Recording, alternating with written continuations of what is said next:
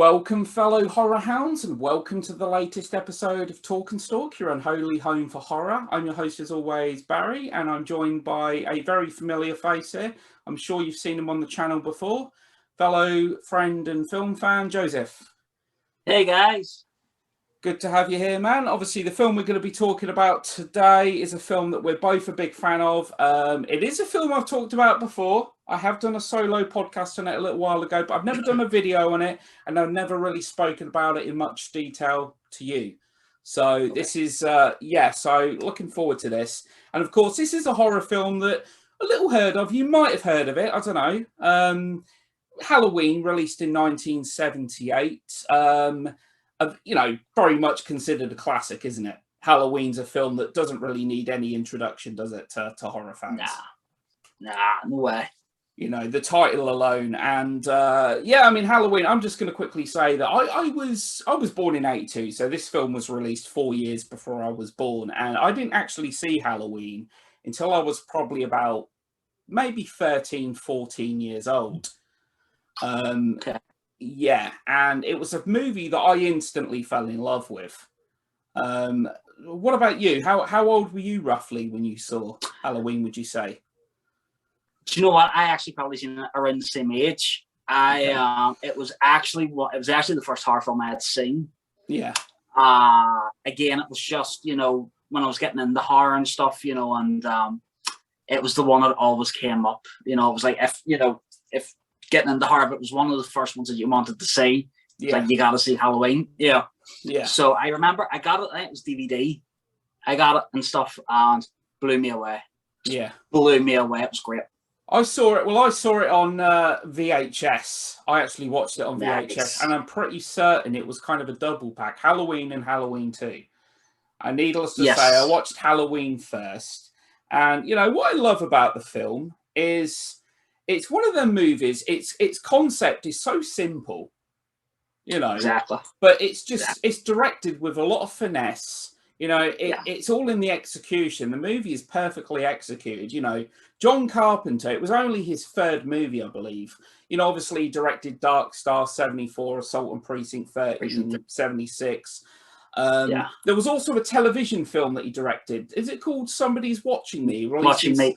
That's it. Yeah. So he basically, they had very little money to work with, didn't they? He just wanted to make the most effective horror film he could with the money that they had. Exactly. $320,000, I believe it was, and it made $320,000. And it made well over 60 million at the box office. I do believe it got in the record books. It did actually become the most successful independent film of all time upon release. Yes. Yeah. Obviously launching the careers of Jamie Lee Curtis, and I think this is a film that really cemented John Carpenter as a director to be reckoned with. Absolutely. The score, obviously courtesy of John Carpenter, I think you'd agree, one of the most iconic, one of the best scores in the history of horror. Yeah, no comparison. I'm sure you know about this as well, but when the film was made, there was no score, and he took it, and a few people looked at the film and they were like, there's nothing here, there's nothing scary about this movie, and he took it away. And he come up with a score himself, and it just magically transformed that movie. Yeah. I love the one John actually said that when he was trying to get a studio to buy it, and distribute it, and he says they actually went to tell Fox, and he says there was this kind of uptight lady, she was like an executive there, and I think he was kind of saying, she didn't really want to look at it and something, but she says, okay, I'll have a look at it and stuff. And when it was finished, he said he had no music or anything on it, and she says, this isn't scary. Yeah. Why would we take this? It's not frightening. Yeah. The score just complements. Yeah, the score just complements the film perfectly. It does. And obviously, like I say, very low budget and that. Let's quickly talk about, the original title for this film was going to be called The Babysitter Murders. That was the original planned title, which sounds about as B-movie gets. And then they come up with the idea of, hang on a sec, there's never been a film with Halloween in the title. And I don't believe there'd ever been a movie wholly set on Halloween either. No. Prior to Halloween. No, none at all. So, you know, and yeah, to be called Halloween, such a simple title. But, you know, Deborah Hill, I think she used the whole kind of like her story as a babysitter. She, you know, that it was one of them things that a lot of people could actually relate to, that she'd been a babysitter and that, and it was kind of, you know, it'd be a terrifying experience to be babysitting and there being an escape maniac on the loose. Yes, absolutely. Of course, you know, The Mask. I mean, I think we all know, don't we, where the origins lie, and yeah, William Shatner. Shatner. They like had very little money to work with, didn't they? They were basically just looking for a mask. Yeah. Cheapest mask they could find, and they found, because I believe one of the original masks they were looking at was a clown mask. Yes. But then they decided they saw this William Shatner mask, and well, they spray painted it white, didn't they? Messed up the hair, widened the eye holes, and the look of Michael Myers was created. Yeah, I love the fact that John always said it never looked like William Shatner anyway. Yeah, you know, the man was like, no. It's weird because, yeah, the mask was actually from... It wasn't a Star Trek mask. William Shatner starred in a film. I'm sure it was a film or a TV serial. And there was an image of him in that film or something. And I believe that's where the look of that mask was, where it stemmed from. Yeah, I can't remember the name of the movie, but yeah. Yeah, I've seen the footage of it. But yeah, so we got this, and that's what I love. You know, let's get on Michael Myers. I mean, to me, I love Michael Myers for the fact that he's got that whole kind of boogeyman moniker. Same. You know, he's the boogeyman. 1 minute he's there, the next he's not. I love the fact that he spends most of the film stalking his victims. That, I know I've said this before, but he seems to get as much pleasure from stalking as what he does killing. Yeah. He likes to scare his victims. It's all about that build up. And obviously this film used Steadicam, didn't it? Yes. Panaglide. And I think Carpenter. Yeah, that's it. Panaglide. And I think, you know, Dean Cudney's cinematography was great. But just the great use of like them open spaces. It's like, where's Michael Myers going to appear from next? Exactly.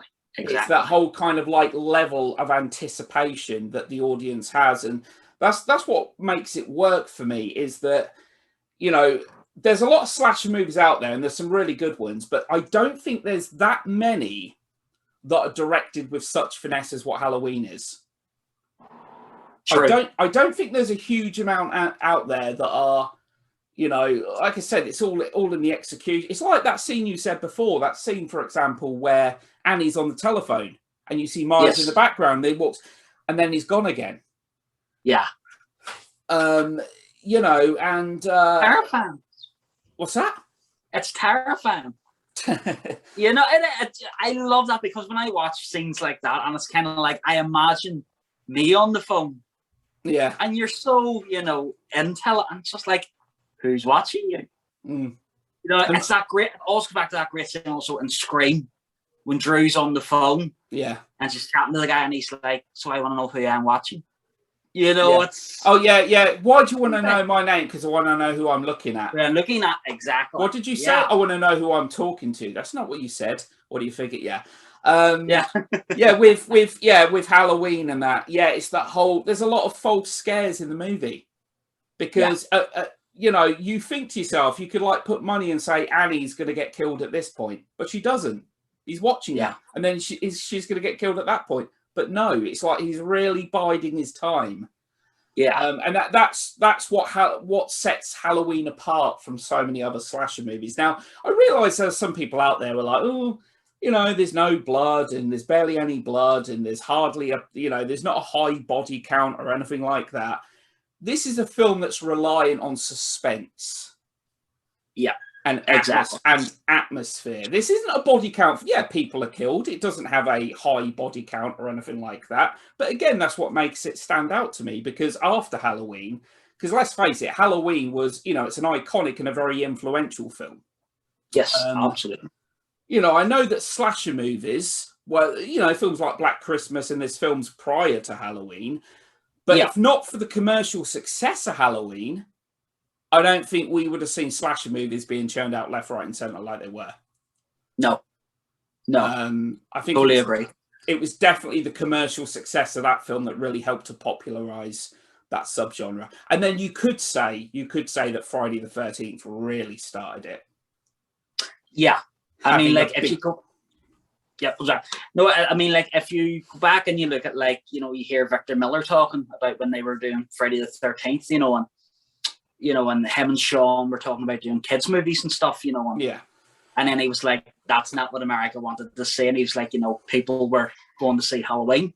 Yeah. So he out and out, he admits it and stuff, and even when he talks about, creating, Friday the 13th, even through the elements, what do you need? So you need a prior evil.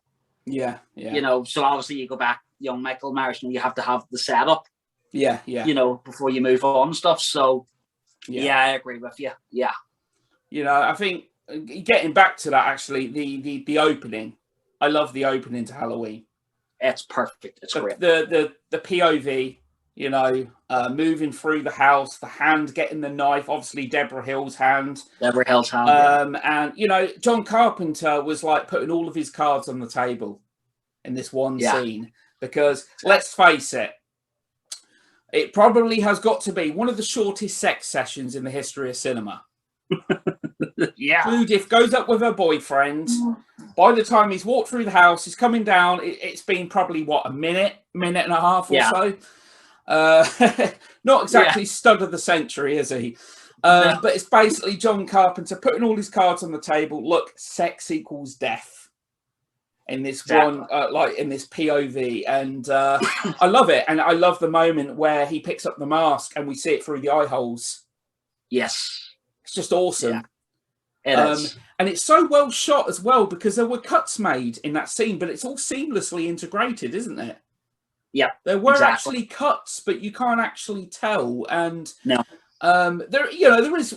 You've seen the film plenty of times as well, so you would have picked up on this, because Michael Myers is just 6 years old, isn't he? Yes. But if you're going to nitpick, the camera is too tall for a 6-year-old. But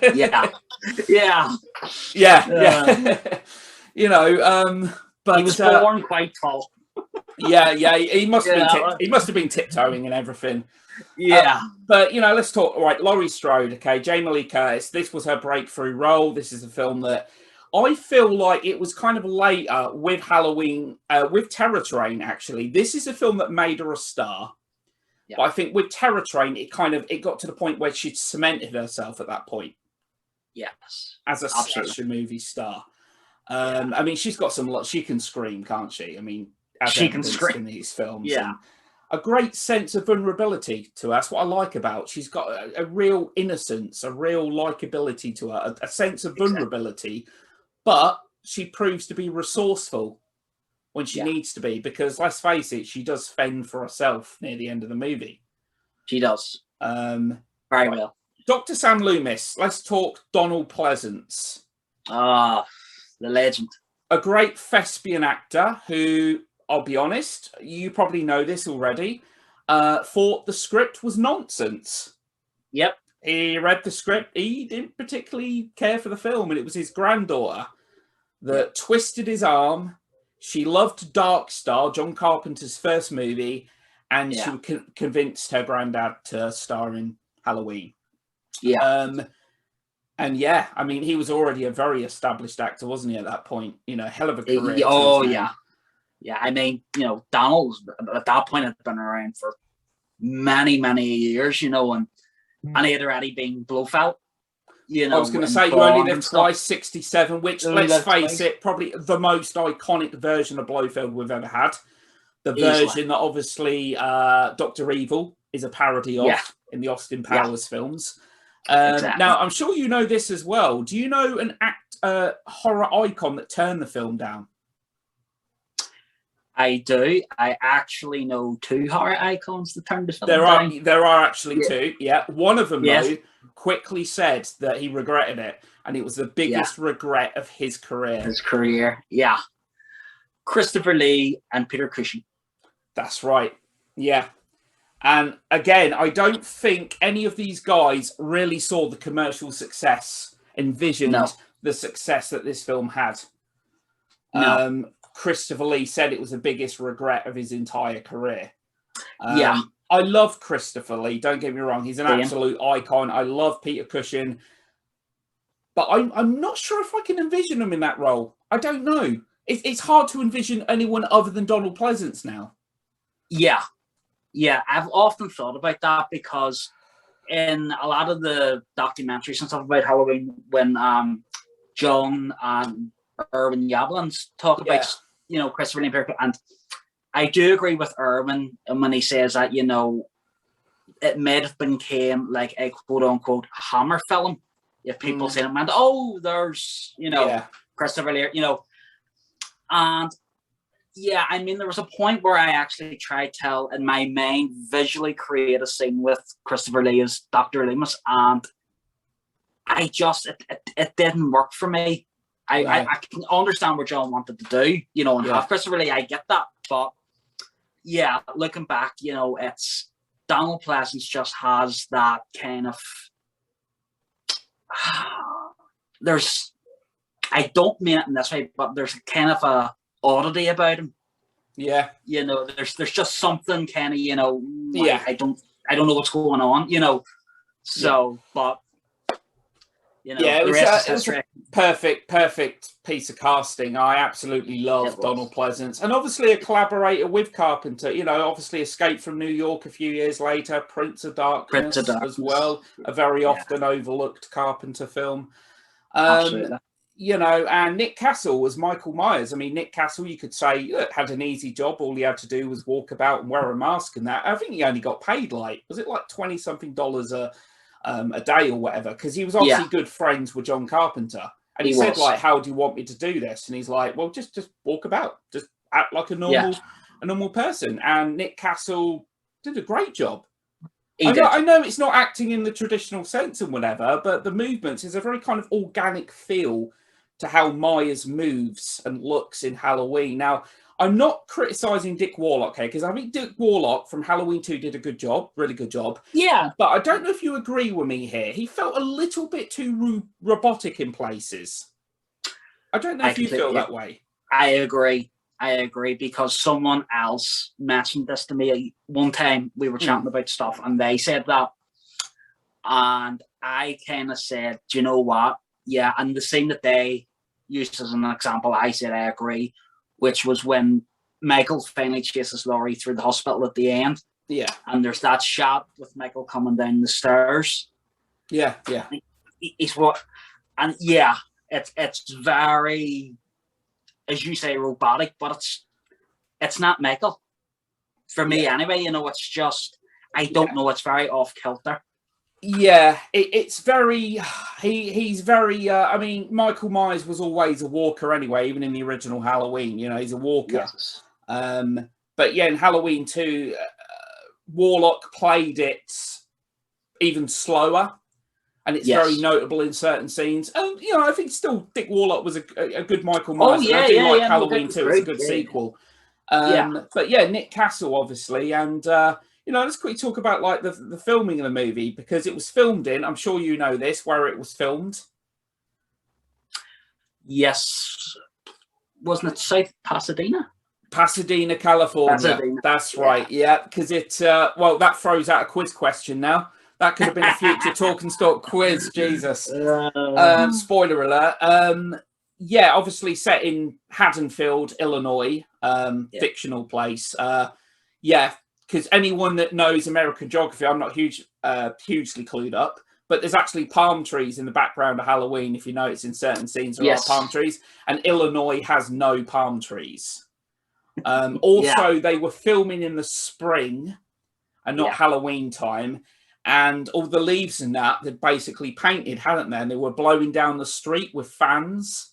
Yeah, as well, to give the illusion that it was actually the fall. Because didn't they make the whole movie in, I believe it was 21 days, wasn't it? Yeah, 21 days. 21 days, and quite an achievement. Now, I want to quickly get onto something, right? I'm going to jump ahead to something else, actually, because I watched a video recently, and I think this guy is a moron, and that is Tony Moran.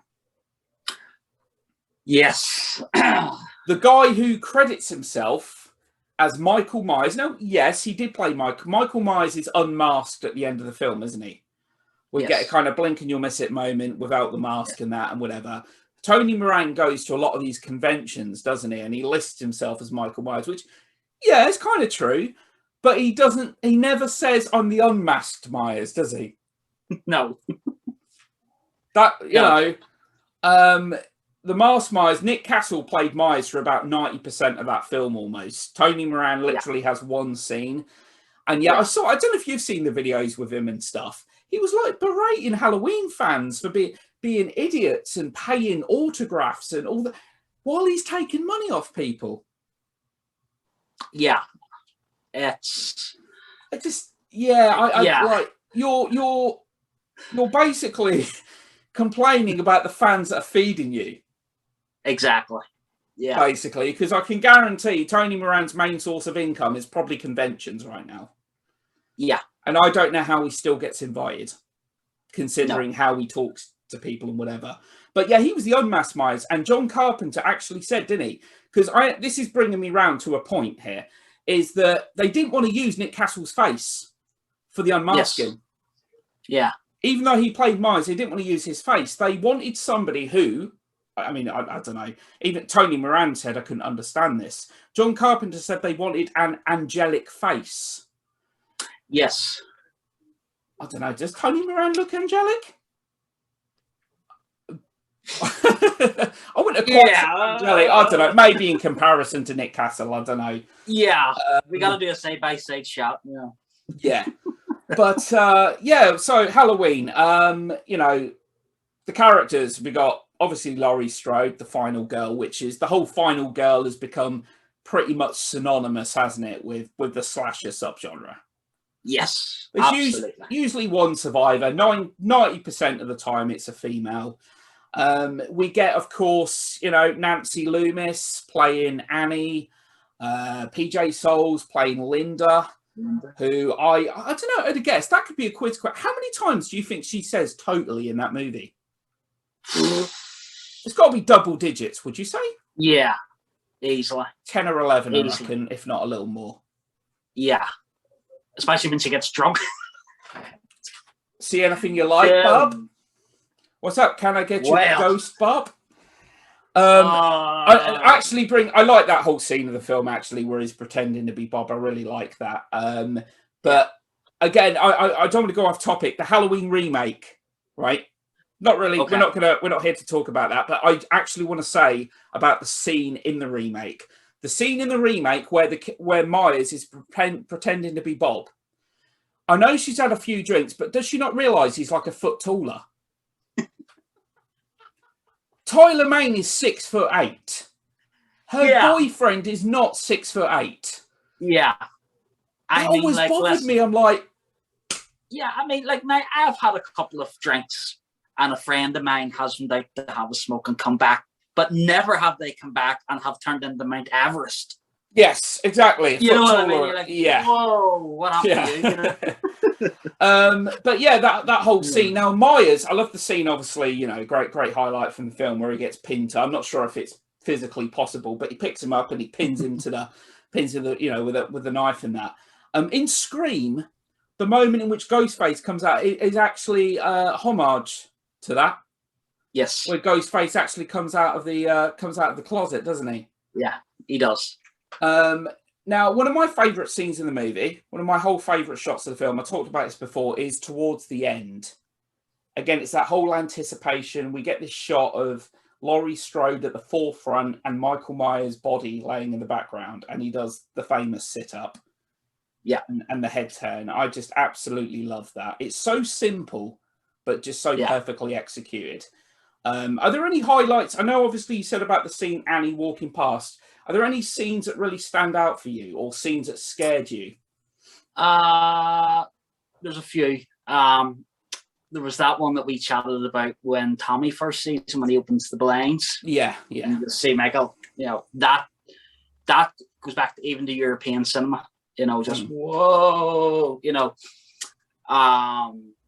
I really like the shot, and this has been done to death so many times, when Laurie finds Linda and Bob's body and Annie's. Oh, and all the bodies turn up. The corner. All the bodies turn up, yeah. All the bodies turn up, and that great moment in the darkness, and then slowly you see Michael's mask. Yeah. That is petrifying. That really gets me every time. Sometimes I forget it's coming, and I'm like, oh shit, BNG. That is a great moment.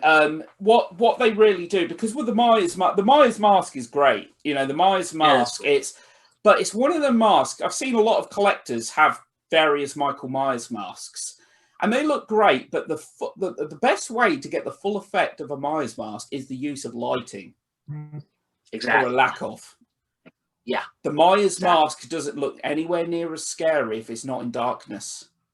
No, and lit. It really doesn't. And I love the use of lighting and lack of in Halloween. And yeah, that moment where he slowly comes into shot in the is great. It is. You know, I love the scene as well, which Laurie's in the school and she looks out the window and Myers is stood there by the car. Yeah. Yeah. No. Even when Laurie and Annie are walking in the famous behind the bush. Yeah. They just steps, but yeah. Oh yeah, that's a great shot. Yeah, because she's the only one that sees him. Yeah. Annie doesn't see him, and then obviously she thinks he's being paranoid and all that. Did you know there's a little gaff in that scene? Did you know that you can actually see John Carpenter's cigarette smoke? Really? Yeah. This is when I'm being like class. I never knew this. Yeah, there's when Annie goes over there and she says, "Oh, what is it? He's here. He wants to talk to you." You actually see cigarette smoke go past. John Carpenter was right near that bush smoking a cigarette. If you look closely, you can actually see the cigarette smoke go right past Annie. John. Yeah. Ice tray. Yeah, and now one thing that's always kind of confused me a little bit with the film, because I actually love the scene as well, where Myers is driving about in the car and he's stalking Tommy. Yes. He's slowly driving alongside Tommy. Now, this is one thing that's always confused me. The hardware store has been broken into, where he stole a couple of knives and a piece of rope and a mask. Yeah. Yet we can assume that's present, that's current, that's happened right now. Yet we see Myers quite a bit earlier in the film wearing the mask. So how long has that alarm been going off for? How long has it taken the police to get to that break-in? Well, maybe they hadn't finished. Police are a little bit busy, or we need to look at the script again. You know? Yeah. No, that always kind of confused me because I thought, hang on a sec, he's just taken the mask now, but I swear we saw him much earlier in the movie wearing the mask. There's also another shot as well. There's a shot I love, actually. It's a great daylight sequence. It's the scene in which Laurie looks outside and she sees Michael Myers stood among the washing line. Yeah. And he stood there. Now, she doesn't look away, but he disappears. Have you noticed that? She doesn't actually look away from the window, but he's 1 minute he's there, the next he's gone. Yeah. No, John, you're about no. Oh no, I'm not critique. No, I'm not. We're here. We both love this film. Seriously. Yeah. No, just we're here to analyze the film. You know, all of that. They're not. They don't make or break the film, ruin the film. But I always wondered about that because she doesn't look away. So it's like that's true. Because there is this force of nature aspect to Michael Myers. Is he a normal human being, or isn't he? Because he has this kind of 1 minute he's there, the next he isn't aspect. Yeah. Is it like Scary Movie? Whenever she's not looking, he goes and runs, hides behind a tree. I have cracked it. Yeah. The wind has blew him away. That's a hell of a wind. That's why she goes back. She can't believe what she's saying. She's like, Jesus, have you seen the weather forecast? You know. But he's basically a force of nature. You know, we're told throughout the film, aren't we, by Dr. Sam Loomis, that basically, he's evil. He's evil incarnate, and he's seemingly unkillable. He's obviously shot 6 times at the end of the movie, and then he's not there. I think a great ending, actually. I think a really good ending. It's a perfect ending. I really am glad when people talk about the ending of the movie. They always talk about, when Loomis looks down and Michael's gone and stuff. Brilliant. But I think this complements it brilliantly. And John actually said it wasn't in the script. They added it in the cutting room, which was the montage of everywhere he had been. Yeah. Brilliant. Absolutely brilliant. With his breathing. Yeah. With the breathing. Yeah. So it's like he's out there. He's out there somewhere. You don't know where. Exactly. I love like Annie's death, like him being in the back seat of the car. Yeah. Which now I'm sure there must have been horror films that did it before. But Halloween, off the top of my head, Halloween's the first horror film that I can think of, because that trope has been used a lot in slasher movies. Killers in the backseat. Oh yeah, that's been used in many, many slasher films. Halloween's the first one that I can think of. That is the first time I can think of the killer hiding in the backseat. But I love that little moment, actually, because she goes back to get the car door's locked. She goes back to get the key. She comes back and the car door's unlocked. Yeah. And she gets in, and there's just that couple of seconds, she thinks to herself, hang on a sec. And then he springs up from the back seat. Yeah. That is perfectly timed. It's great. Yeah. And that's what I love about it, because he's an escape killer, but during the whole course of the film, you don't know it's like when he's going to strike, because he does spend most of the film stalking. Yeah. And let's talk about the famous, he should be able to drive. I mean, he was inside for 15 years. Yeah. Obviously went in at 6, come out at 21. But the movie addresses it. The movie, actually, the guy doctor says, for God's sake, he can't even, Haddonfield's 150 miles away or whatever. For God's sake, he can't even drive a car. Yeah. And Donald Pleasant, Dr. Sam Loomis says, doesn't he? Well, he was doing perfectly fine last night. Maybe somebody around here has been giving him lessons. So the movie, so it's not, you can't call it a gaffe or a flaw, because that would imply that maybe Michael Myers is evil incarnate. Maybe he's not just some normal person. Exactly. I mean, when that kind of rumor kind of thing started to go about the internet, how the hell did Michael start, driving and stuff? And I kind of said, okay, this is people being panicky. Hear me, guys, it's a movie. Sure, you can analyze and stuff. That's grand, Yeah. But I thought that was just digging a little bit too deep. And then someone confronted me about it. They got all Judge Judy on me and went, what do you think of this? And I said basically what you have just said, which was, listen, you don't know exactly what Michael Myers is. Yes, he appears in human form, but who knows? Leave it up to your imagination, which the film does. Yeah. Some people take it too seriously. At the end of the day, no movie ever made is perfect. There are always going to be, however small, there's always going to be things that don't make logical sense. There's going to be continuity errors. As long as a movie can make you feel a certain way and can entertain you or whatever, make you scared, make you laugh, the film's done its job. Exactly. Some people take it way too seriously. I'm not critiquing. I'm just like, because I've done reviews on this film before, and it's just interesting to go into some of the things that people don't often talk about, like some of the little things here and there, like the bit in with what's her name, Marion Chambers, the nurse. Yes, Marion. Yes. When you can actually see, you couldn't notice it on VHS really, but on Blu-ray you can see is it a wrench? It's a wrench. That he's got attached to his hand, because it looks like they're paying homage to that in the new Halloween Kills, that scene. Yes.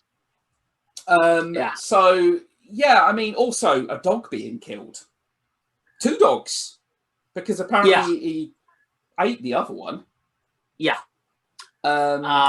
Being now a current dog owner, when that scene comes on, I have a colorful amount of words for Mr. Myers. Yeah.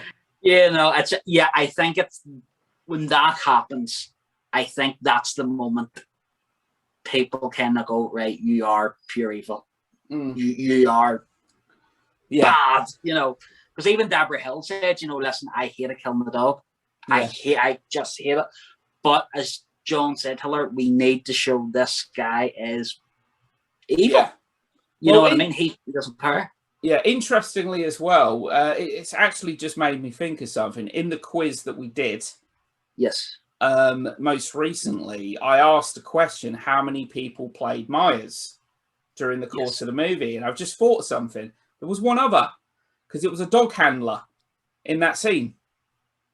I don't recall her name. It was actually a dog handler. So that scene we see of the dog draping, that was a dog that was the dog handler that they had on set for the movie. Because I love some of the scare tactics he uses as well. Myers, when he's stalking Annie, he drops the plank pot.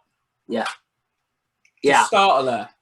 Yeah. I love it. There's a real sadistic nature to that. And so I think, Halloween is it's a film that paved the way for a lot of other films to follow, if we will. The chase sequence. Let's talk about the whole chase sequence near the end. Oh, yes, please.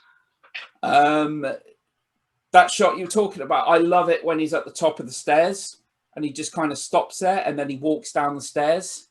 Yeah. And I love the bit where, obviously leading up to the chase and that he slices her down the arm, she goes falling down and all that. And I just love the music that accompanies the whole sequence. Bum, bum. Yeah. Bump, yeah. And then, of course, she's knocking on someone's house and they think it's like a Halloween prank. Yeah. And that as well. And the keys. And the closet scene, of course, Tommy Lee Wallace actually playing Myers for that scene. Because it was him that came up with the mask, wasn't it? It was him that came up with the bashing through the closet. And there's also the moment where he pops up behind the sofa. Yeah. I'm not quite sure how he missed that stab, by the way. I don't know if Michael Myers had been drinking, but he missed he missed that stab. But then she gets like the knitting needle in the neck and everything. Yeah. So I mean, Halloween. Did it scare you? Did the movie actually scare you when you first watched it? It more creeped me out than scared me. It more creeped me out because I've said to you loads of times, and I tell this to a lot of people, kind of the more subtler things scare me, like when you see something far away. Yeah. That's just, I don't know what it is. It's just, I don't know whether, deep in my subconscious, it's the thing coming to get you and all that. But even like the scene where this gets my anxiety going through the roof is when Laurie gets to tell the house and she's the keys, Yeah. And Tommy come up. And then when she keeps looking back, but when you see Michael far away from the house and he's coming, my hair goes like that. I swear, my anxiety was through the roof, and I'm like, Christ, my big. Yeah. So finally, and I start shaking the Tommy. It's like, stupid kid, get the, Yeah.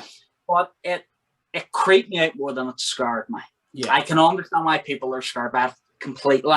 Yeah. But for me, it creeped me out, the fact that it's a random guy. Yeah. The choice that we all now know that happened in Halloween 2, it took that away from me. I was kind of like, really? It's... Now, I will admit it, I did kind of, go along with it for years, like many of us did, but people would say, Joe, what do you think about, Laurie and Michael being, spoiler alert, brother and sister, and it was just kind of, and I know John says, it was 6-pack of buds, right, and going. Well, he didn't even want a sequel, did he? Carpenter did not even want a sequel, but they were making it anyway. And it was a paycheck.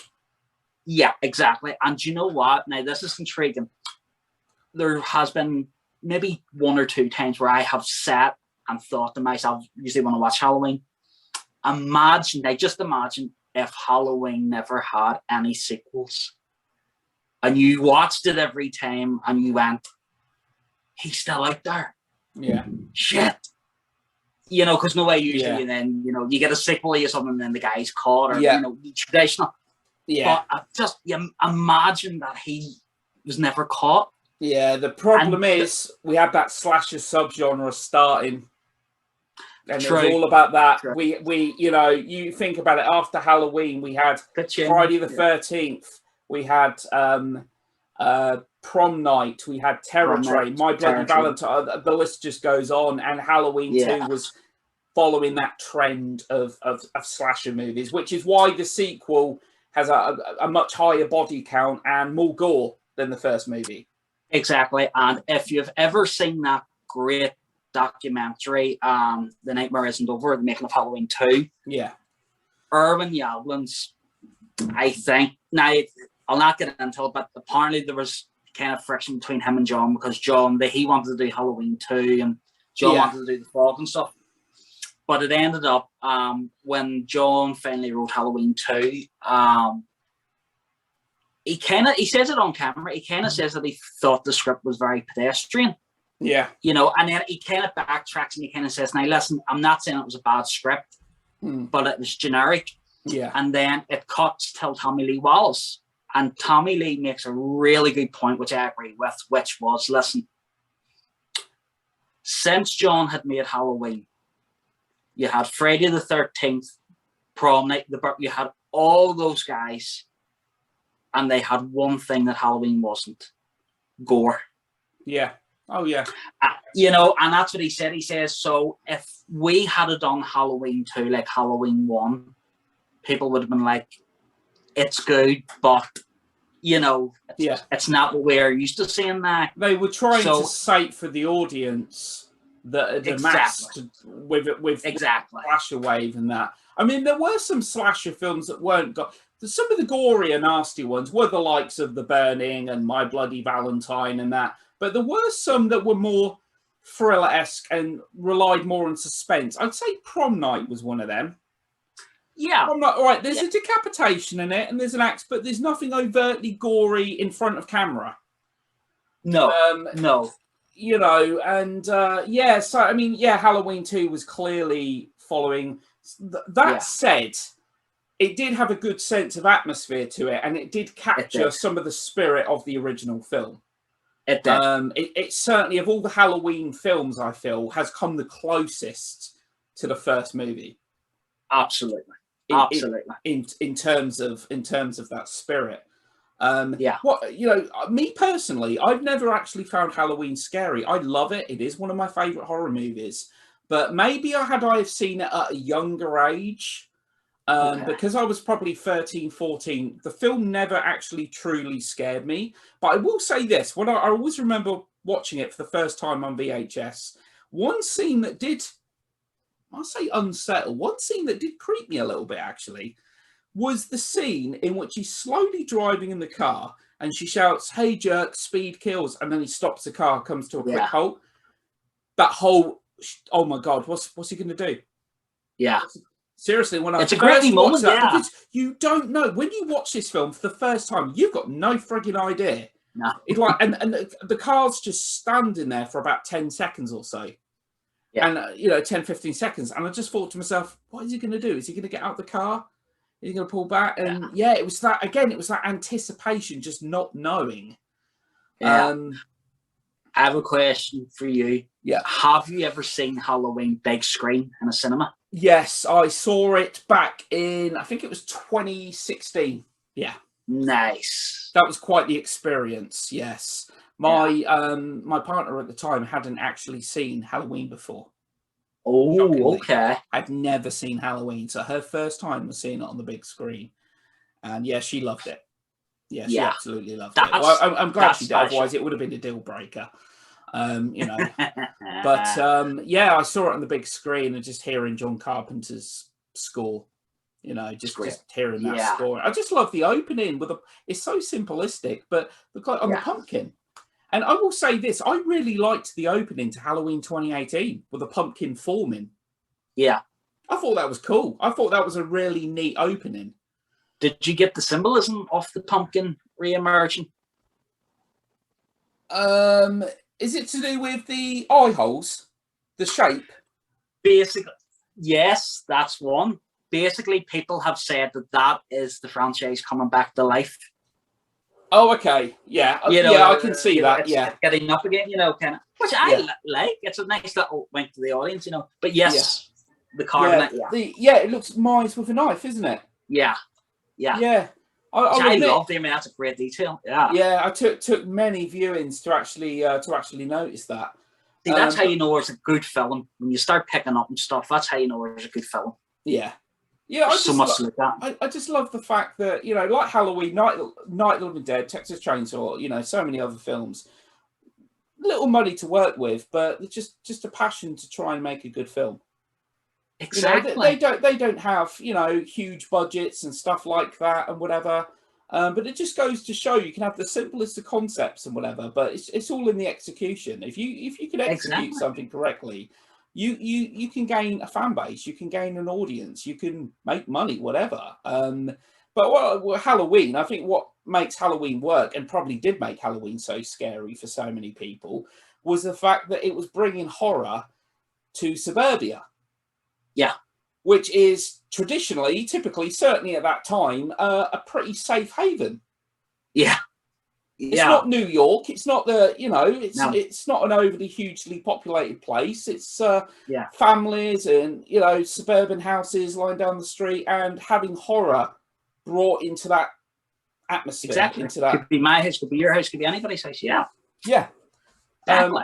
And it's like Deborah Hill said, the whole babysitter, because they were actually dating, weren't they? John Carpenter and Deborah Hill were actually dating at the time. I'm not going to go too much off topic, but back to Tony Moran was coming out with some stories regarding John Carpenter and Deborah. I don't believe a word of it. No, I really don't. No. Yeah, I don't believe a word of that. But yeah, I mean, I would have liked... Halloween is one of them films I would have loved to have seen on the big screen upon release. Yeah. At the same time, that would mean I'm older now. And I think I'm old enough as it is. I'm 39 years old. I'm old enough as it is. But I would have loved, there are certain movies, okay? Psycho, Night of the Living Dead, Halloween, Texas Chainsaw. They're 4 films right there that I would have loved to have seen on release. I would agree. That would have been special. That would have been really special. Give me one more. So if you could compile a top 5, so them 4 films I've mentioned, what is another horror that you weren't old enough to see on the big screen that you would have loved to have seen? I've just thought of one. Go on. Okay, I got one. And just on the absolute batshit craziness of it, Evil Dead. Oh, yeah. Yeah, that would have been a good one. Yeah. Do you know what mine would have been? Go on. The Exorcist. Oh, yes. Oh. I just, yeah. I got a story. I got to tell you this. I know it's nothing to do with Halloween, but about, actually 2 stories, actually. Don't worry, they're short. The first time I had seen The Exorcist big screen that was being reissued here for Halloween stuff, and I went with a friend of mine. I said, right, we're going. No ifs, no buts, we're going. Right. Yeah. And the first time, and I swear to God, I'm not kidding you, we sat in the cinema room. That was Halloween night. Wasn't too packed, a few people in, but not crazy. The film started, and it got till, do you know when Father Mern takes the little rock? Oh, yeah. And they're dusting? Yeah. Yeah. The screen went black. Wow. And we all looked at each other, and there was a guy down the front. We were up the back. The guy goes, I will go and, tell someone. So he came back and said, okay, they're going to restart the film. Okay. Yeah. So go again, and it started to play. Then it got till the scene when, actually the last scene in Iraq, when Murren's standing looking at the statue. Yeah. The screen went black again, and the curtains came down. Ooh. And what made it worse was they didn't know what caused that, because they would go into the room, press play, and leave. Yeah. Yeah, So there's been all these, you know, obviously that's for a separate podcast, because I tell you what, right, that is a film that we have to do at some point. Yes. The Exorcist. Now, that's going to be tough. That's going to be very, very tough in terms of, I'm sure we both know the film well, but there are so many goddamn facts out there for The Exorcist. It could be a 15-hour podcast. So we have to try and condense it as best we can. But The Exorcist is one movie that I've not done a podcast on. Oh, okay. I haven't. That'll be fun today. Obviously, the next one we're doing is the Texas Chainsaw Massacre. Yes. There's a film that scared me. Yeah, again, it didn't scare me, but I could fully understand and appreciate why people will unnerved. Again, I would have loved to have seen it in '74 when it came out, because I don't think anyone had seen anything like that. Just a raw, visceral quality to it. Just documentary style just adds to that level of authenticity that film has. But yeah, I'm looking forward to doing that one. And I mean, to be honest, with the 70s, now I know for a lot of people, the 80s is probably the greatest decade in the history of horror. Me personally, mine's the 70s. 70s? Yeah. Very closely followed by the 80s. But some of my favorite, let's put it this way, my top 10 horror films of all time, I think 5 of them, half of them are from the 70s. 70s. You know, I think I've got 2 or 3 from the 80s. Yeah. And then a couple from the 60s as well. I think the 60s is a great decade. I mean, you know, Night of the Living Dead and Psycho being 2 of my personal favourites. Yeah, Peeping Tom. Yeah, Peeping Tom. I would have loved to have seen Night of the Living Dead. Oh, yeah. Release. Oh, my God. That film did scare me, but I saw that at a young age. I was 7 or 8 years old. And late at night, and oh my God, just zombies now, like, excuse the pun, they're like done to death. But back then, you know, the whole thought of walking corpses feeding on the flesh of the living was such a terrifying concept to me. Yeah. You know, because up until that point, zombies, they kind of said it was kind of like the voodoo aspects. You know, you were a human form, but you were just kind of gone. You know. Yeah. Like White Zombie with Bela Lugosi. White Zombie. George A. Romero is the guy responsible for creating the zombie genre as we know it. Yeah. Halloween and Night of the Living Dead are two of the most important horror films of their time. Agreed. Night of the Living Dead for kick-starting the whole zombie genre. And Halloween, Black Christmas, classic. That is another film I'd like to do because I love Black Christmas. Yeah, Christmas is a classic. Black Christmas is a great film. I'm glad that it does have a big fan base. It does have a cult following. But obviously it wasn't the commercial success that Halloween was. So if there wasn't a commercial success there, do you know what I mean? Black Christmas didn't, But then again, you could say Halloween was influenced by Black Christmas. Absolutely. There are certainly some... because I've actually heard, I'm pretty certain I read somewhere that John Carpenter had actually communicated with Bob Clark.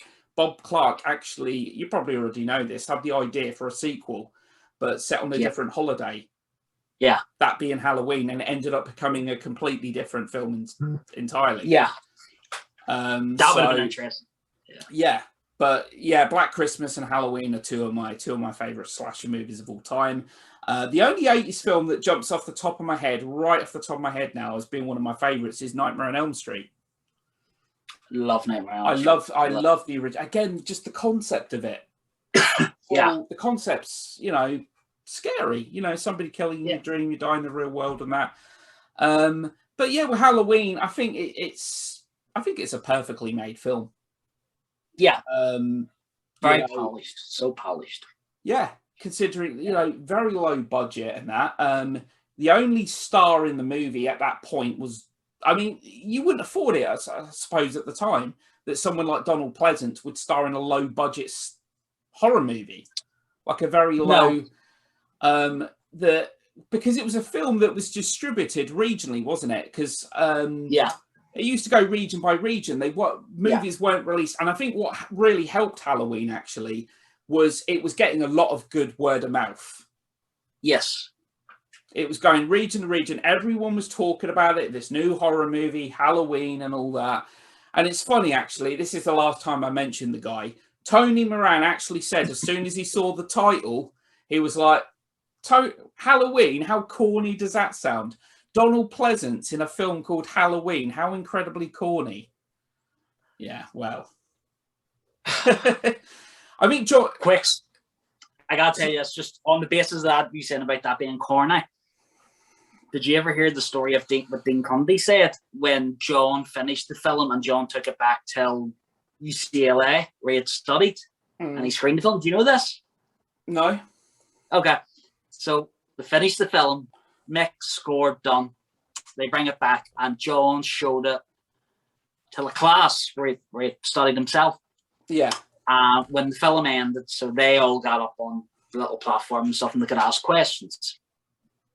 And Dean Cundy says there was this one guy and he stood up and he said, it was something along the lines of, kind of like, so, why did you decide to make this film? And then John kind of said, well, I hadn't personally seen a horror film in a while, which truly kind of scared me. We wanted, blah, blah, blah, blah, just the usual. And Dean Cundy said, yeah. And he says, like, we really, wanted to make it as best as we could so that, it'll hold up and it'll become a classic. Mm. And this guy, he said, looked at them and he actually said, well, excuse me, you people actually think that film will become a classic? That is so pretentious of you. Yeah. Yeah. And you'd love to be that guy now, wouldn't you? Wouldn't you like to be that guy? Yeah. Like, I think, at the end of the day, it found its audience. That's the thing. All it takes is, finding the audience. Because at the end of the day, there was not I don't think there was a huge amount of money that really went into marketing. There wasn't a massive amount. No. Not like there is for films nowadays and that. No. I think the film's got some great lines. I love the dialogue from Dr. Sam Loomis. I met him 15 years ago, this blank, pale, motionless face and the blackest eyes, the devil's eyes. And, I guess it's Halloween. I guess everyone's entitled to one good scare. One good scare, yeah. I love that line from Charles Cyphers. And obviously, Cyphers. There's a good little nod to it in Halloween H20 when it's Janet Leigh. Janet Leigh actually comes out with that line. Yeah. It's ironic as well, isn't it? Tommy and Lindsay watching The Thing from Outer Space, The Thing from Another World, which of course would go on 4 years later to be a movie essentially remade by John Carpenter. Yeah. And I love that when I see that, I always giggle. But now I appreciate it even more because, yes, it is foreshadowing John remaking The Thing. But I love the fact that because if you ever see documentaries or interviews with John, he always talks about Hard Hawks and how he loves Hard Hawks. And there it is, Hard Hawks presents, Yeah. So I love stuff like that, Yeah. Makes me smile. It's Halloween, one of my all-time favorites. It's the best of the franchise. It's the best. Yeah. I mean, I do know some people out there that do prefer the sequel or do prefer, which is fair enough. Absolutely. Each their own and you all like that. what you like, exactly. But what I liked about it is like the air of mystique. As I said, at that point in the franchise, there was no kind of like any kind of convoluted backstory. It's just an escaped lunatic, supposed to be evil incarnate, stalking and killing people in a small town. That's all you need. Exactly. Simple concept, but very, very well directed, very well made, and I think that's pretty much it for today, man.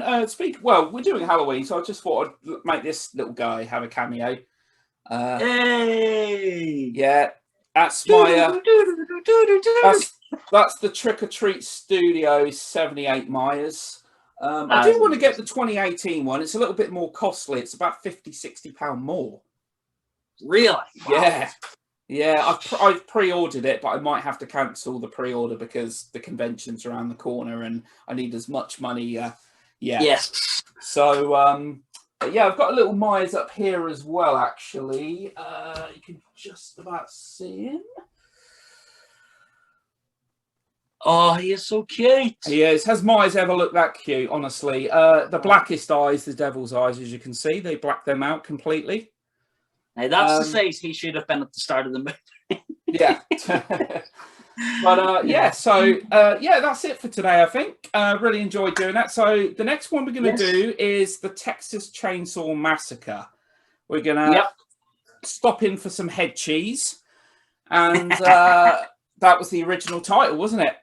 It was. The original film was going to be called Head Cheese. I mean, that's actually worse than the Babysitter Murders. Oh, God, yeah. That's even worse. Imagine going for a DVD. What did you buy? Head cheese. What? Yeah. I mean, I suppose they're just kind of working titles, aren't they? I guess, and whatever. But yeah. I have one more piece of trivia, and you maybe know this. You probably do. Do you know where the name Michael Myers came from? Yes, it was the financier of the film, wasn't it? Of Assault on Precinct 13. Sorry? It was the distributor of Assault on Precinct 13. Distributor, sorry. Yeah, Michael, yeah. Like with Jaws, Bruce, the name of the shark was named after Steven Spielberg's lawyer, I believe. Lawyer. Yeah. But yeah, so anyway, it's been good having you here, man. Oh, thanks for having me, man. Yeah. We'll be back again next week to haunt and torment you, and we'll be doing the Texas Chainsaw Massacre. So I haven't really got, well, actually, there's one thing I'll show the audience. Yeah, I haven't really got much Texas Chainsaw Massacre stuff. I've only got one thing. Okay. But yeah, so, but yeah, all right. Thanks a lot, people, everyone that listened, and we'll be back again soon to haunt you and torment you. Take care. See you guys.